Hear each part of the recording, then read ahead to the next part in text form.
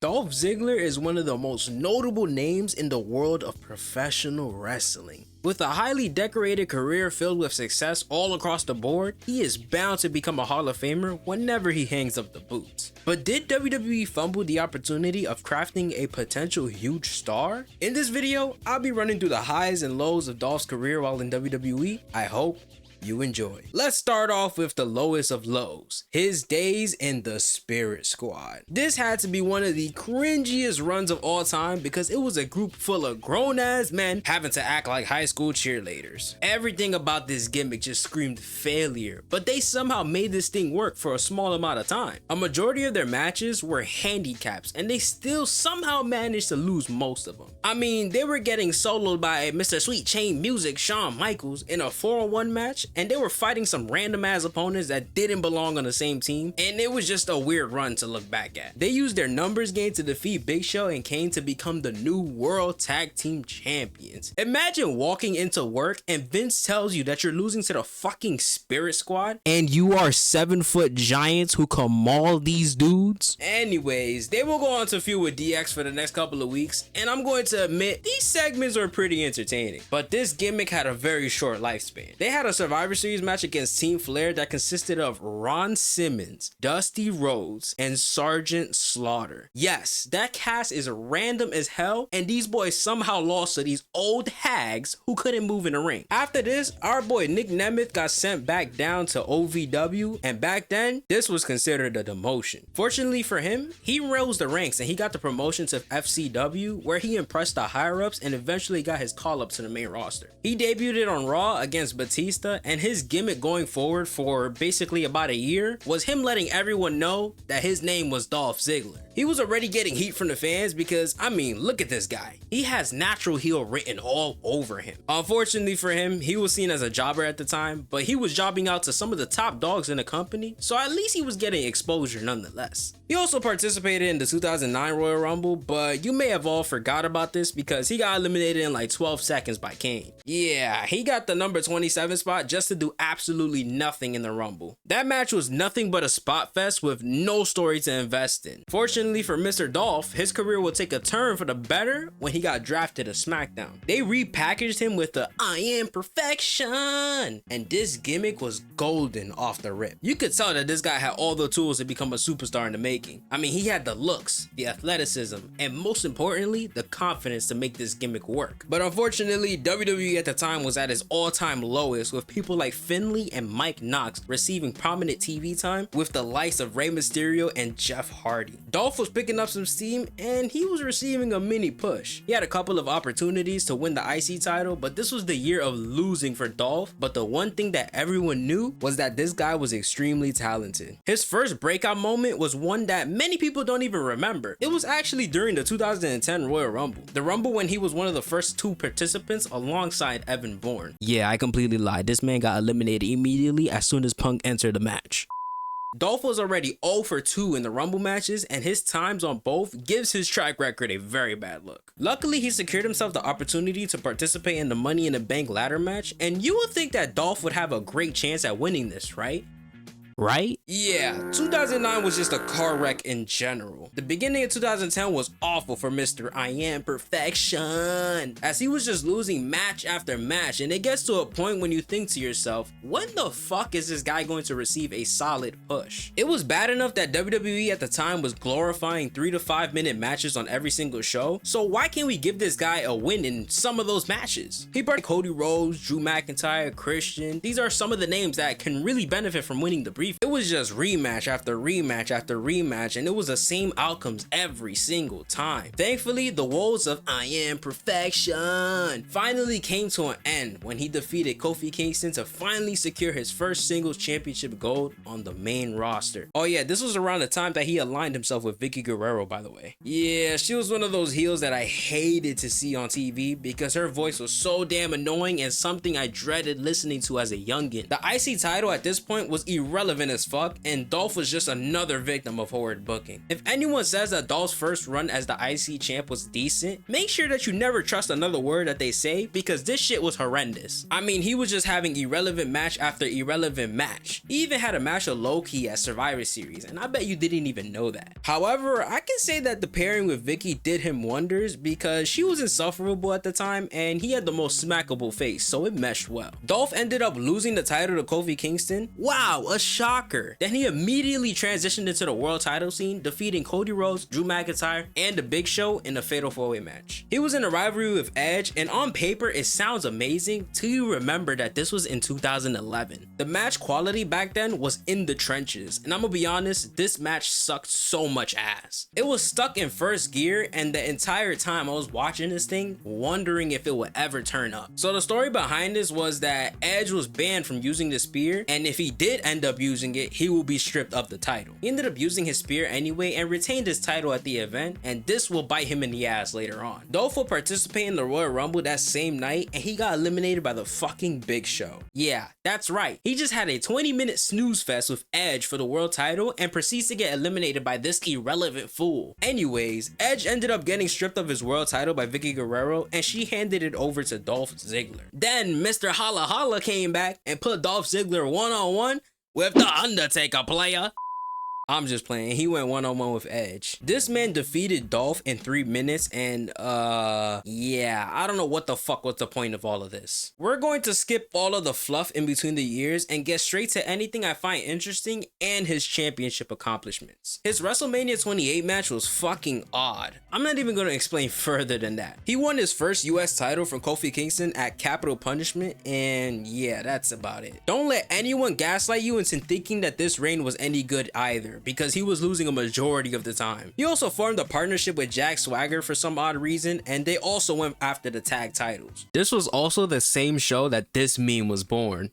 Well, wow. With all due respect, he's also suffering from anal bleeding. What?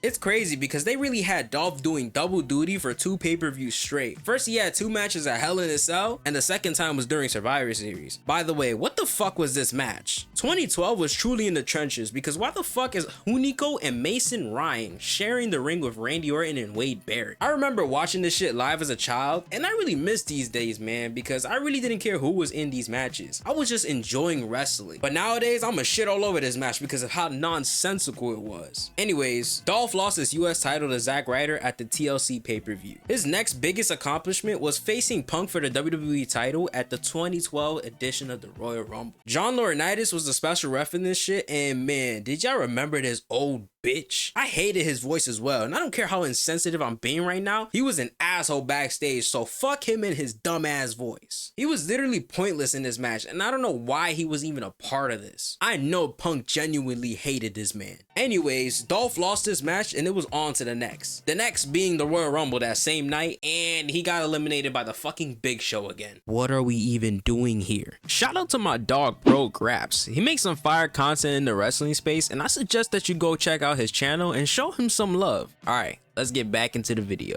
Dolph didn't do anything of note till weeks before Money in the Bank, where he defeated Alex Riley to secure the spot in the Money in the Bank match. Dolph ended up winning the whole thing, and this was the best thing to happen for his career up to this point. The crowd was fully behind him, and it was about time he was getting a true chance to showcase his talent. But just like typical Vince fashion, he booked Dolph like an absolute jobber the entire time through. Like he was facing big time players, but the whole time he was just treated like a joke. But the day that catapulted the trajectory of his career was when he cashed in his contract to become the World Heavyweight Champion. This moment was perfect. It was Raw after Mania. Everyone hates Alberto Del Rio. He was over as fuck, and everything felt so sweet on this night. This is recognized as one of the best cash-ins in WWE history, and WWE fucked it all up by having him lose the title right back to Alberto Del Rio. This was like a spit to the face of everyone investing their time in Dolph Ziggler. You thought he was gonna win the title back, didn't you? Yeah, hell no, bro. brother, the best you're gonna get after this is a mixed tag team match with Caitlyn against AJ Lee and Big E. Vince told this man to prepare for Jobberville, pal. This man was really jobbing out to everyone that you could think of. If you were debuting, Dolph was there. You needed someone to look strong, Dolph was there. You wanted a Broadway brawl, Dolph was there. You want a Hamptons hardcore match, Dolph was there. You want a fucking Christmas present on a pole match, Dolph was there. 2013 was really rough on this man, and I can't believe that he stayed with this company for long after this. He had this feud with The Miz for the IC title, in which he won the championship, but it didn't last too long because Miz got it back at Night of Champions the following month. And I don't know why this happened if Dolph regained the title the following night. This is why this championship was in the absolute gutter during the 2010s, because it was looked at as nothing but the hot potato title with no significance behind it. It's sad because Dolph could have had one of the best reigns with the title just off of the match quality alone. I suggest you guys watch this match with Cesaro at Hell in a Cell. This was a straight banger and a testament as to how great Dolph was and how stupid Vince was to not see main event potential in this guy. Dolph ended up losing the title to Luke Harper, bless his soul, man, gone way too soon. But once again, I was wondering, why are we jobbing this man for no logical reasons?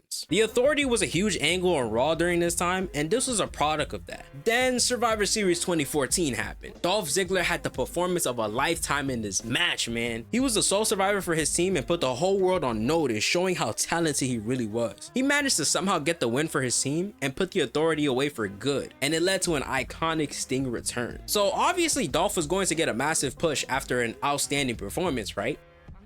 Dolph went right back to winning the IC title and losing it immediately, which is so disappointing at the time and still is till this day. He was stuck in this angle with the Authority, which made no sense since Survivor Series was supposed to be the last that we seen of them. But Vince was so out of touch with reality that he really thought the fans wanted more of the Authority. Dolph's career has been in the shitter ever since he debuted, and there was no sign of hope near. Dude was in matches where he was kissing Sheamus's ass not too long after. Yeah, you heard that right. These men were fighting in a kiss me arse matches. Dolph participated in the 2015 Money in the Bank match, and Sheamus of all people won that thing. Like seriously, what drugs was Vince on at the time that this was anywhere close to a good idea? Fast forward a couple months later, and Dolph accepted Cena's open challenge for the US title, and they put on a banger. Unfortunately, Dolph didn't win, which obviously is always a bummer. He didn't do anything of significance after this other than job to everyone of status and defeating jobbers who had no value at the time. Every time he chased for the WWE title, he will always come short, and every time he tried to regain the IC title, he will always lose his matches. This man's catalog of matches from 2014 to 2016 is truly something special. I mean, this guy even had a banger with Triple H on a random ass episode of Raw. Now let's fast forward to late 2016 when Dolph was once again in contention for the WWE title. He beat some notable names in the six-pack challenge to face Dean Ambrose for the title at SummerSlam. Dude, during this time, Dolph was putting up the best work of his career, cutting the best promos and having phenomenal matches every time he was out there. So the fact that he was always coming short was very unfortunate. He went on to have a banger with Dean Ambrose at SummerSlam, but once again he left as a loser that night. This led to Dolph being in a slump in storyline and also created a great rivalry with The Miz. As much as I hate The Miz's in-ring ability, his promo game makes up for a majority of his talent. Dolph would lose once again to The Miz at Backlash because Maurice interfered, but he lost nonetheless, which was nothing new. These two ran it back on SmackDown, and yet again Dolph was taking another L. This man's whole career has been an L. It's truly a sad sight to see. Like, you would have had to pay me millions of dollars to consistently job with no reward in the end every single night. It's crazy that this was the last year I was watching WWE because I got to witness one of Dolph's best promos of his entire career. He put his career on the line to face The Miz for the title again, and man, I was so hooked to this storyline. I know Dolph was expressing his true feelings in this promo because everything he was stating was true. The Miz is a petty king because this man brought back the Spirit Squad to reunite with Dolph, and this was a shot back to the past to remind Dolph of his old skeletons. At No Mercy, these two would put up a banger, and Dolph became the new IC champion, saving his career in the end. But this didn't matter anyway because he would proceed to lose the title a month later. All of Dolph's title reigns were either short-lived or mediocre as fuck. Dolph will go on to participate in the #1 contender fatal 4-way elimination match for the WWE title, and I don't understand how he got this opportunity because this guy has been nothing but a loser. I mean, he ended up winning the match, so it was him versus AJ Styles for the title, and Baron Corbin entered the match. Oh my god! You really can't make this up, bro. Dolph finally gets a chance to win the title, and you add Baron Corbin in the mix.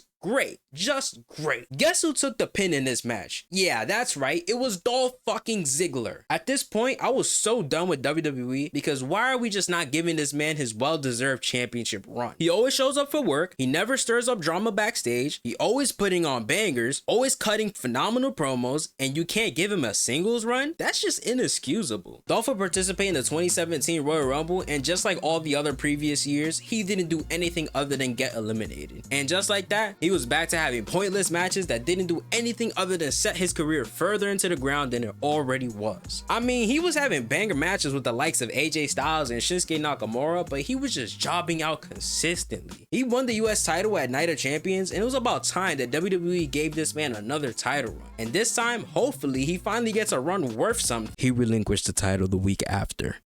What the fuck was the point of all of this?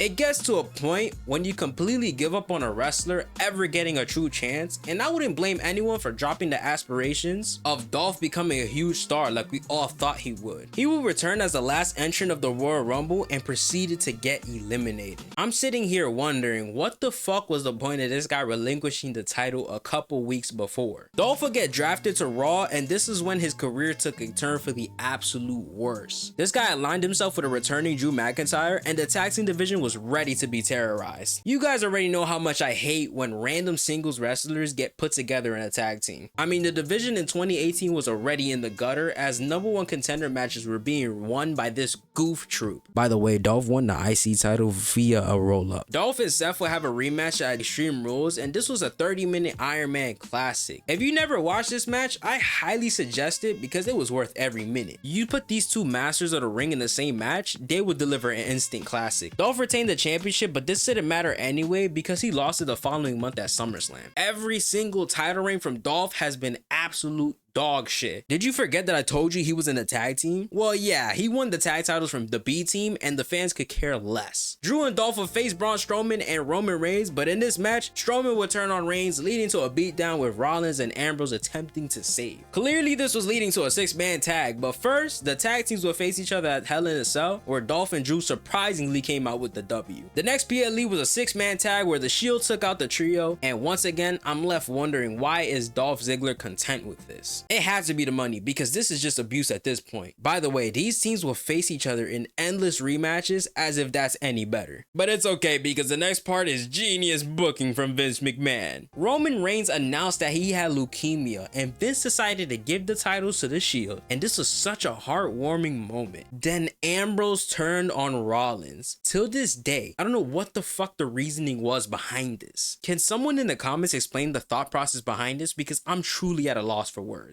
He proceeded to participate in the Best in the World tournament and he was beating everyone in it except for Shane McMahon. What the fuck drugs was the creative team on? Like, this is beyond laughable at this point. Not only did Dolph lose to Shane's old ass, but he lost in 2 minutes, bro. I cannot believe this at all, bro. I'm not even gonna talk about the 2018 Survivor Series because this was dog shit altogether. Fortunately, Dolph took out Drew a week after Survivor Series, officially turning face again. These two will start a rivalry and they were trading victories, with Drew McIntyre getting the last laugh in the steel cage match. Dolph will go on to participate in the 2019 Royal Rumble, and wow, this guy actually did something for once. He got revenge on his old buddy McIntyre, eliminating him from the match, and he went on to be the last 4 standing. This had to be one of the most mid last 4 men standing in a Royal Rumble history. Not in terms of talent, but star power. Dolph will get eliminated by Braun Strowman and will take a couple month break from wrestling. He returned on an episode of SmackDown attacking the WWE champion at the time, Kofi Kingston. This was perfect because Kofi seemed like the most realistic person that Dolph could sweep in and take the championship off of. I mean, let's be realistic. Who you prefer as WWE champion? I have my money on Dolph Ziggler. He explained how the WrestleMania moment that Kofi had should have been his, but he has been robbed all of these years, explaining how Kofi deserves to reap the benefits of the hard work that he put in, but it should have been him. They would go on to face each other at Super Showdown, and Kofi got help on the outside from Xavier Woods to defeat Dolph Ziggler and retain his championship. Why is a babyface using heel tactics to retain championships? I have no idea, but fuck it, we ball. This will spark Dolph to issue a rematch against Kofi at Stomping Grounds. This guy went on to cut the best promo of his career, which is now a meme that is used outside of wrestling, which is actually pretty funny. It should have been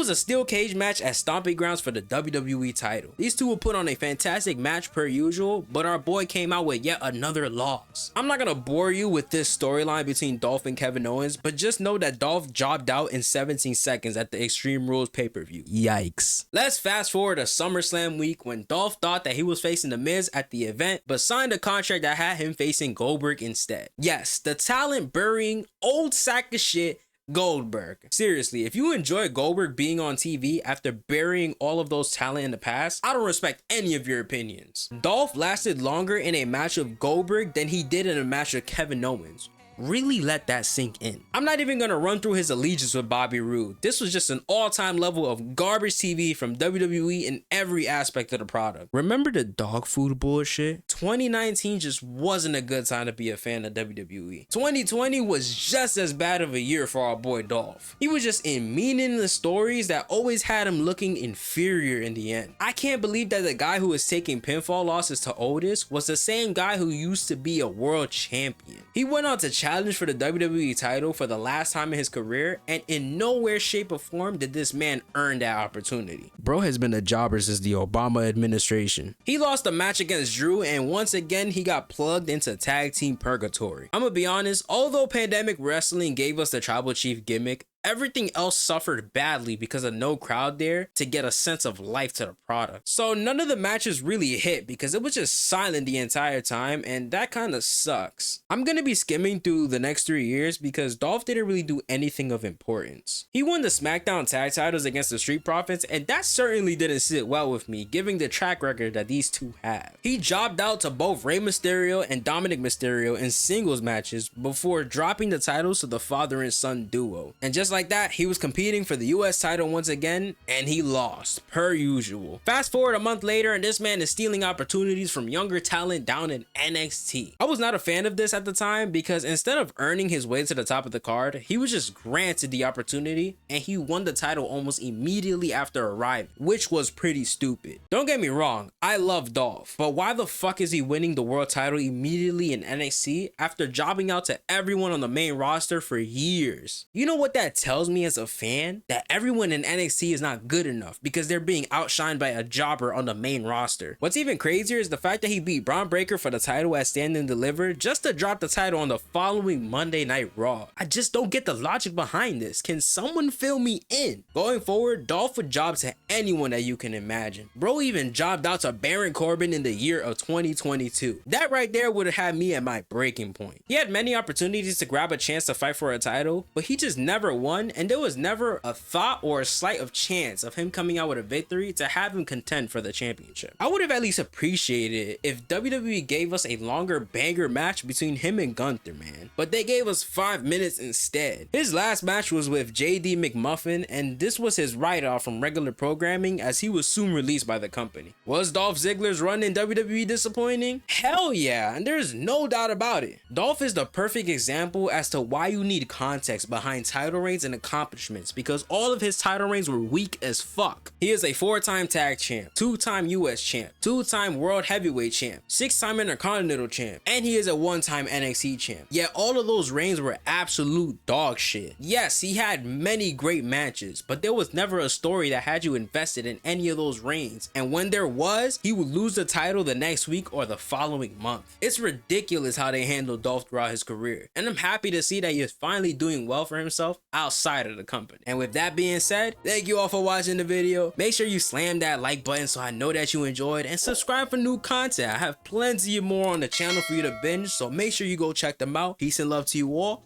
I'll see you in the next one.